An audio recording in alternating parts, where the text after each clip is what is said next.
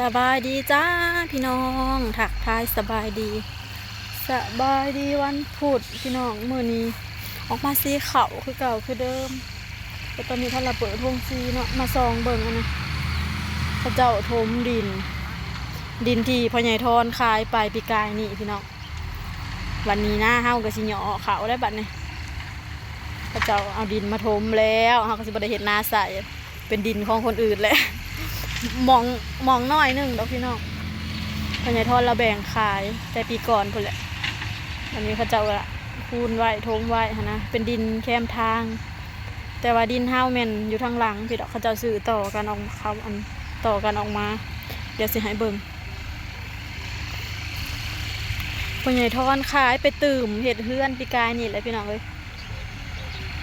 หลอกหน่อยหนึ่งพอดีเราสิขายแบบแบ่งออกให้มันงามค่ะนะมันแบบมันขดมันเลี่ยวมันขดมันงอมันเป็นซอกหลอกแซกเล็ก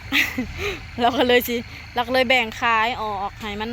สื่อกันให้มันงามค่ะนะเดี๋ยวสิให้เบิ่งดินที่ดาวาวเนาะผมจะเอาดินเขานี่มันก็จะสื่อไปนี่ตามเพื่อนหลังนี่เลยพี่น้องตามผ่านหลังนี่แหละอันนี้จะเป็นบ้านของอันนั้นของร้านทรายเนาะของเงินลูกลุงกากเพื่อนอันกับเมียเก่าเพิ่นเนาะเพราะว่าเมียปัจจุบันนี่เป็นเมียใหม่บ้านก็เลยเพิ่นแยกทางกันบ้านนะเป็นพาให้ลูกยกให้ลูกในบ้านหลังนี้แหละพ่อใหญ่ทอดแล้วก็สิแบ่งขายนี่ซื้อเพื่อนหลังนี้ไปพี่น้องนี่หอดบ่อนเขาเจ้าถมนั่นแหละแล้วก็บ่อนที่เราเห็นเป็นป่าหญ้าเขียวๆน่ะมันก็สิซื้อกันไปเลยแบบนี้ที่เหลือก็เป็นดินเฮาพ่อใหญ่ทอดเราก็เสร็จรักเห็ดยังไหวอยู่เราพังรักวางยังไหวอยู่ตอนนี้เขาจะกำลังถมดินคูนดินมันคล้ายไปปีกายนี่แล้วมันจะคล้ายต่ออีกอยู่พี่น้องต่อจากที่เขาจะถมนี่แหละแต่ว่าเขาจะว่ายังบ่มีเงินเอาเจ้าของที่เขาซื้อก็เขาเห็นงานอยู่ไทยพุ่นแหละนี่ระวังตัวนี้ก็เป็นของข้าเจ้าที่เขาเห็นงาใส่น้อยหนึ่งนี่แหละซื้อเพื่อนลังนี่แหละบอลลักนี่แล้วก็ไปหาลักนั่นเป็นของเจ้าหนึ่งออกไปหัวทางแล้วก็แต่ลักตัวนี้หาลักตัวนั้นก็เป็นของอีกเจ้าหนึ่งก็ยาวไปหัวทางบุเลยพี่น้องตัวที่กระเจ้าทมแล้วก็เป็นเจ้าหนึ่งอีกเป็นสามหลอก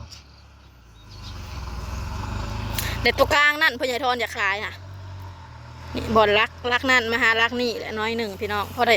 แบบพอดีแบบเห็ดอย่างสวนครัวหลังบ้านค่ะนะแบบบ้านหลังนั่นแหละที่มีภูมิเขียวๆค่ะซื้อนั่นมาเป็นดินของคนอื่นทางในรักนี่เขามาก็เป็นดินเฮาทั้งเบิดสวนนี่แหละมูลมังพ่อใหญ่ทอนพี่น้องเอ้ยทั้งพุ่นกับแม่นป่าเขียวๆน่ะหลังกำแพงไปลงหอดของเป็นดินพ่อใหญ่ทอนเพิ่นจะขายว่างนี่แหละว่าจะขายให้เจ้านี่แหละเจ้าที่เขาเจ้ากำลังถมดินนี่แหละต่อมานี่ประมาณจัก40,000นี่แหละพี่น้องเนื้อที่จักสิประมาณเท่าใดเนาะดาวก็บ่ฮู้ก็สิเป็นดินติดถนนติดหนทางใหญ่กระเมาะอยู่พี่น้องเอ้ยแบบซื้อไว้เป็นหลังบ้านเลี้ยงเป็ดเลี้ยงไก่ก็ได้พ่อใหญ่ทอนแล้วก็แบ่งขายออกไปปีต่อมากับหน้าห้าวกับชิญญาขาวพ่อใหญ่ทอนทักไปทางไหนบรรยากาศมื้อนี้ท้องฟ้าแจ้งสว่างนี่โฮงซีเฮาก็อยู่ติดกับบ้านของหลานชายออกมาถงนาอันนี้ก็เป็นดินข้าเจ้าเป็นเฮือนข้าเจ้า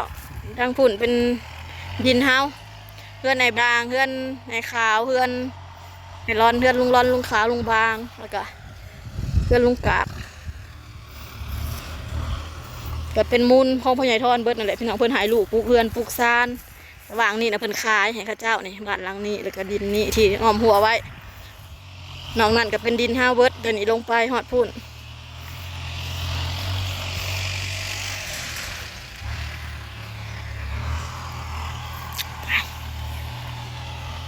สีเข่าพี่น้องเก่าคือเดิมเบียกประจำของเฮามีลูกค้าเพิ่นว่าอยากสีหา 50กระสอบวันนี้ดาวสี2มื้อเลยฮะก็ได้10กระสอบหนึงมื้อได้สิแล้วคนแก่หาก็บ่มีลูกค้าไปยอมไปแก่มาให้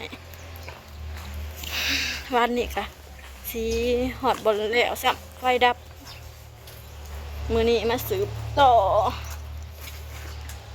เขาอยู่ในวงสีหากระสอบเดี๋ยวตอนเที่ยงจะให้ลูกค้าไปแก่มาให้อีก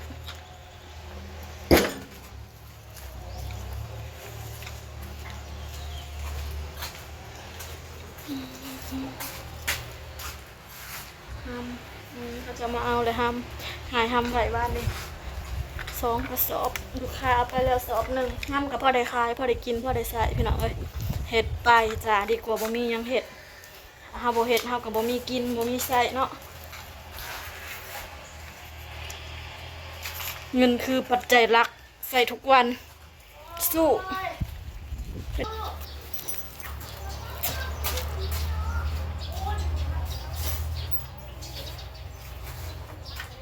เขาคือเก่าคือเดิมเนี่ยเขาแล้วก็หาหมองเงินแบ่งคายดินอีกพอได้อันเป็นเพื่อนครัวก็ข้างหลังพี่น้องนึ่งบ่ได้หาแล้วก็